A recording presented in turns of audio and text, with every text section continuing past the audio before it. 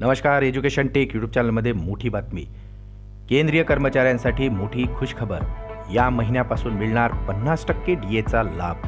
चला तर पाहूया ही आनंदाची बातमी. त्यापूर्वी चॅनलला नवीन असाल तर सबस्क्राईब करायला विसरू नका आणि नवीन अपडेट मिळविण्यासाठी बेल आयकॉनला प्रेस करायला विसरू नका. ही आनंदाची बातमी आपल्या सहकारी मित्रांना आणि इतर कर्मचाऱ्यांना शेअर करायला सुद्धा विसरू नका.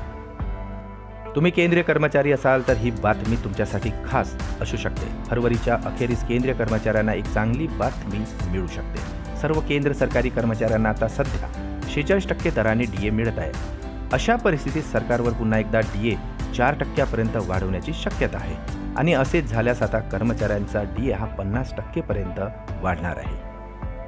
सरकारी कर्मचाऱ्यांचा डीए किती टक्के वाढू शकतो हे AICPI डेटावर अवलंबून आहे. सरकारकडून लवकरच डीए जाहीर होणार आहे अशी अपेक्षा आता कर्मचाऱ्यांना अर्थसंकल्पातून होती. सरकारने कर्मचाऱ्यांचा डीए 50% केला तर कर्मचाऱ्यांच्या पगार आणि भत्त्यामध्ये मोठी वाढ होऊ शकते.